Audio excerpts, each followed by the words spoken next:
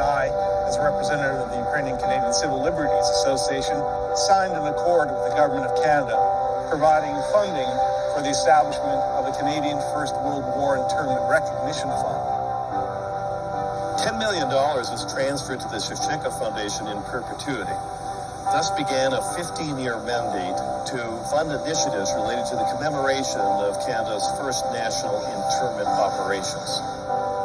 We were fortunate that the Taras Shevchenko Foundation at that point had been around now for several decades and had a very strong reputation and was able to be that administration.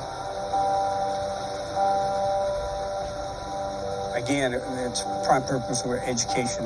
Basically tell the story. That's what it was, to make sure that the story stays alive.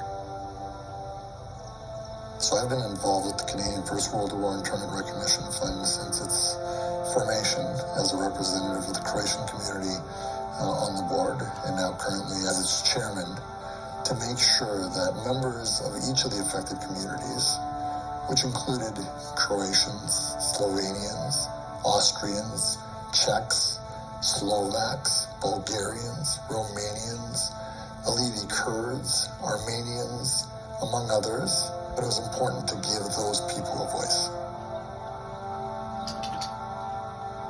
When I first came here, it was a reconnaissance mission with the Canadian First World War Internment Recognition Fund. You're trying to learn something about the story, and all of a sudden it disappears. One of the problems that we've had with this is that in the 1950s, the archives of Canada destroyed the records dealing with internment so that we lost the ability to tell a complete and full story of every one. Their excuse apparently was that nobody's ever going to be interested in those records. In those records.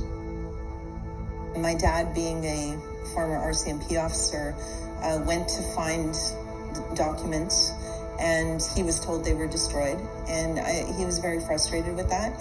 He thought that maybe because of his service, he would be able to find more. He didn't find anything substantial. His impression was that it was deliberately done.